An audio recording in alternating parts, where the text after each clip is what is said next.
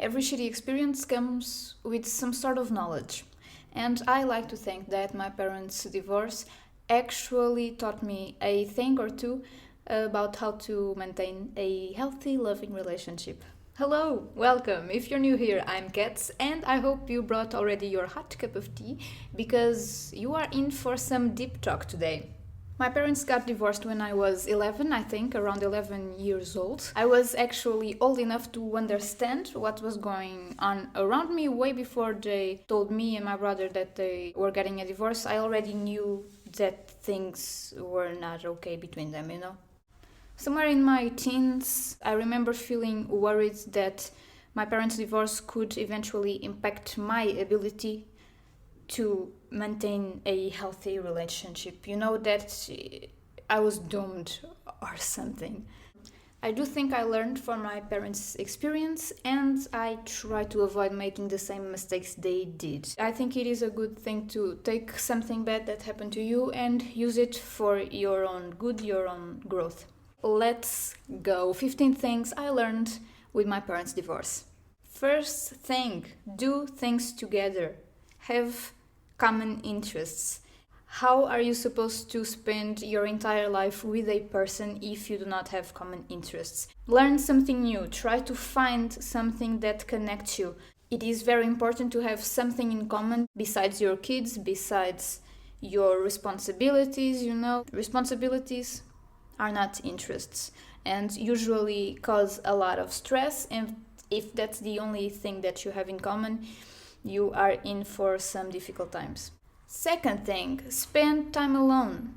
Date nights, weekends out, vacation. I know this is harder when you have kids. I can talk about that because I don't have any, but I look around and I know there are couples that have kids and still manage to have time together as a couple. Even if you don't have any kids and you live together, you spend a lot of time together, especially nowadays with COVID-19. We are spending a lot of time at home. You know, that is not necessarily quality time. You cannot go to the movies, but you can order out some food. You can sit together, watch a movie, make a movie night. You can cook a special meal together for one another. You can play some game, whether in your PlayStation or Xbox. I don't want to hurt your feelings, okay? You play what you want to play.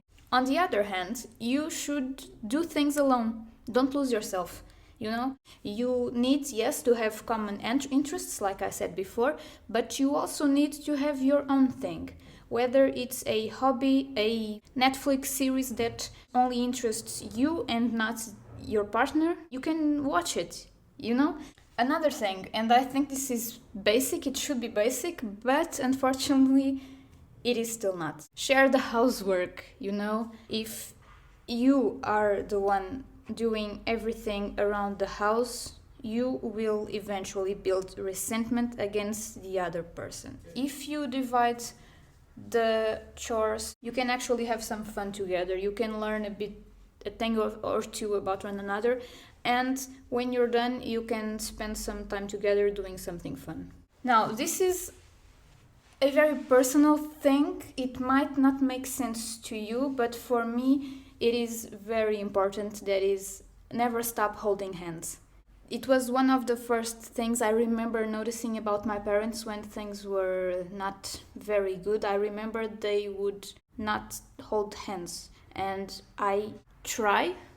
I mean, I don't have to try, it comes natural to me, but I have that in my mind to never stop holding hands. It is a small thing that has a lot of meaning and that can make all the difference. The sixth thing on my list is to not argue. Do not argue.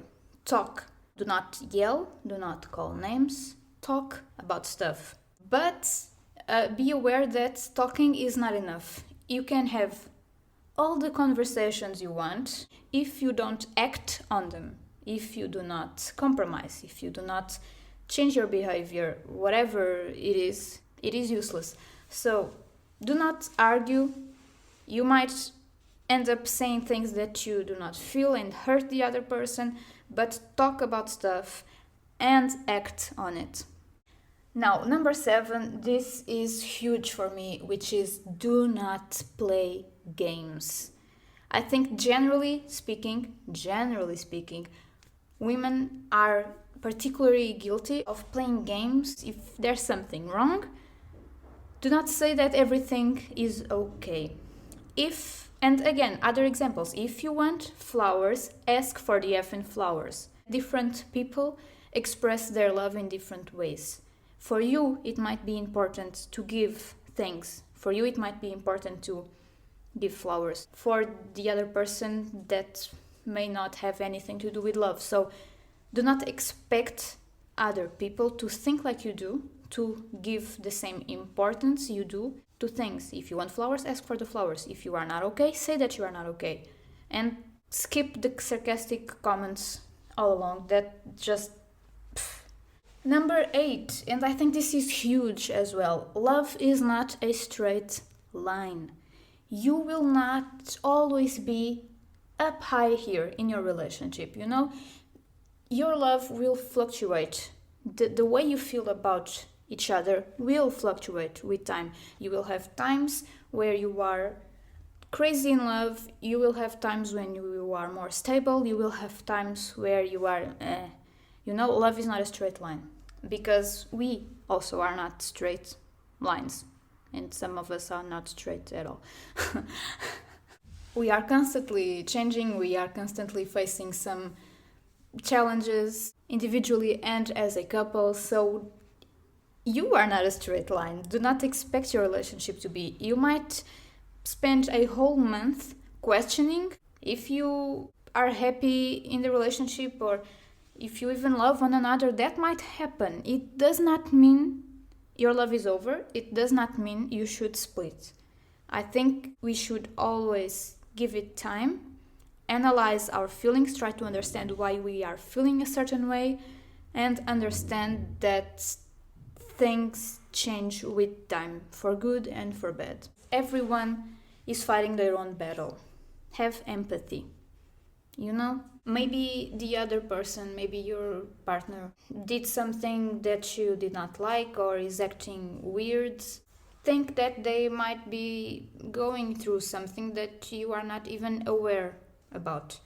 And as women are particularly guilty of playing games, generally speaking, men, generally speaking, are particularly good at hiding their feelings, their worries. So it might be the case that your man is acting weird and it's because he is not well. So have that in mind, that everyone fights their own battles. And this relates with the next thing that I've learned, which is not everything is about you.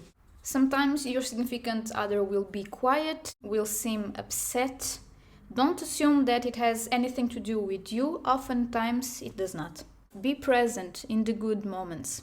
When you are in a good stage of your relationship, how I said before, how things fluctuate. When you are in a high, think to yourself, this is why I love this person. This is why I want to be with him or her forever.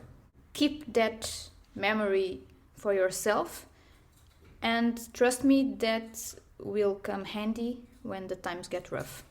Be responsible for your own happiness. You cannot rely on other person to make you happy, even if it is your significant other. That is your responsibility, no one else's. Appreciate what you have. Please do not compare your real relationship with the perception you have from other people's relationship based on their social media. Worse, do not please compare your relationship with relationships that you see in movies. Again, this happened in the 90s, where couples would compare their relationship with the one of other couples. Imagine today with social media. It's very easy to fall onto that trap. Don't do that. Every person is a person, every couple is a couple, and besides that, you are not seeing everything. No couple is perfect. Think to yourself, what would you do if living was not an option? And how you do this is think of your significant other as if you were related. Not in a weird way, okay? Bear with me for a second. So imagine your sibling. You would not stop being your sibling's brother or sister because the love you have for them is, I hope, unconditional, right? Try to think of your significant other the same way. Like your love for them, the bond you have with them is unconditional. Living is not an option. You cannot stop being their partner, just like you could not stop being someone's brother. Just, for the sake of this exercise, think for yourself, what would I do if living was not an option? We know that it is an option, but just for a second, I think it can be very useful to try to find a solution and work through your problems. Now, once you figure out what you would do if living was not an option, work for it. Make an effort. If this is the person with whom you want to spend your whole life, make an effort. Go to therapy if you have to, couples therapy. Pink, for example, Pink, the singer, she is very vocal about how her and her husband, Gary, would not be together if it wasn't for therapy, if it wasn't for the effort that they put every single day. She's very vocal about this, and I think this is the truth for a lot of couples, most of them. You need to put on the work either through therapy or difficult conversations, through learning about each other, through understanding each other, and always remember why on earth you got together in the first place. I feel like I was very serious throughout this entire video. Sorry, I did not meant to do this. I think it is a serious topic, for me at least. Nowadays I feel like everything is very disposable, including relationships, and it makes me kind of sad, I think it is a huge thing that nowadays we can just get a divorce. Back in the days it was not like that, but it's like I feel like we are in the extreme opposite of that reality from back in the day. I feel like people treat each other like if they are disposable. So maybe that's why I'm a bit serious about this one. I've been together with my boyfriend for years now, and I hope to be with him forever. But I'm not naive about it, I know that to achieve that goal, we will both have to make an effort. And I'm so aware that if we were different people, we would probably not be together today. We both have that commitment notion. And just so you know, I'm not a religious person. I'm not even married with my boyfriend. This has nothing to do with believing that marriage is sacred or whatever. Not that there's anything wrong with that. I think that it's wonderful that people have different perspectives on life. But just so that you know where I'm coming from, I don't know, maybe I'm a hopeless romantic.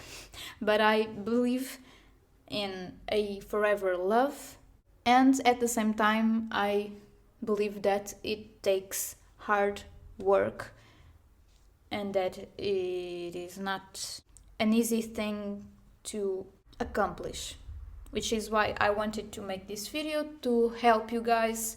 I hope you found something helpful here, even if just one thing. I think it was worth it to open my heart on the internet. I don't know if it's in or on. I think it's on. And question of the day: what did you learn from your parents' relationship? Let me know if you like this video by giving it a thumbs up. Subscribe if you want to. I make videos every single week, and I'll see you in the comment section below. Bye!